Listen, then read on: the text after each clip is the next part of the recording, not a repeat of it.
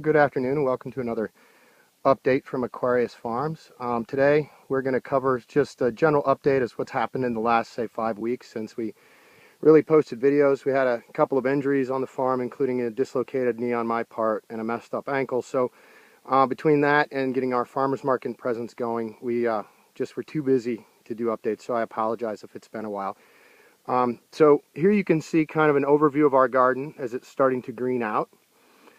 Some squash over there and some of our Three Sisters mounds towards the back. And what I'm going to do is just walk you around a little bit, give you a tour, and then we'll be posting a series of short videos because the long-winded ones kind of bore me after a while. So let's get started. So right here we have some purple tomatillo plants, and as you can see, they're already beginning to set some fruit. Right? These plants have done extremely well. The hugel beds, even absent the composting, seem to have a dramatically higher soil temperature than around you. Now at the bottom here, you'll see we've got some red cabbage. And then as we walk along, what we've got here is just a mesclun mix. And so the base of most of our beds are planted in various forms of greens or another. Okay, and then let's get a close-up of the lettuce. Now what you see is, and we'll show you a better example in a later video, is we plant our stuff very densely. We just basically rake it right into the ground, and then we harvest it to the point where we have the proper spacing for an adult plant. So essentially we get microgreens, then baby greens, and then adult lettuce, and then we go back through and reseed and start that process over again. And most spaces should give us about 3 lettuce crops this year. Over on this side, you can see we've got some pretty big healthy green zucchini plants right here.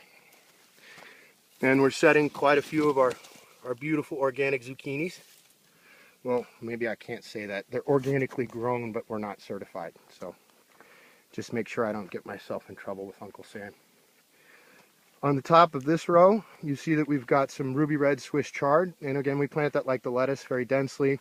And as we thin, we harvest and sell. And it just lets us take better advantage of our existing growing space. Now, in between the squash rows here, you can see we have a couple staggered rows of tomatoes with some peppers in between. These ones have gotten a little out of hand because we haven't trimmed this row, pruned it in probably 2 weeks, which is, starting tray, which is probably longer than we ought to take. If you start looking at the end of this bed, where it's just, wow, look at all those butterflies. They're everywhere, look. But yeah, as you can see, we got some yellow summer squash setting back there. And then over here, you're going to get a better preview of the insanity that will be this garden coming pretty much everywhere within the next month. This place is going to be, I mean, a literal jungle. So that's it for this update of Aquarius Farms. We look forward to seeing you soon, and have a great afternoon.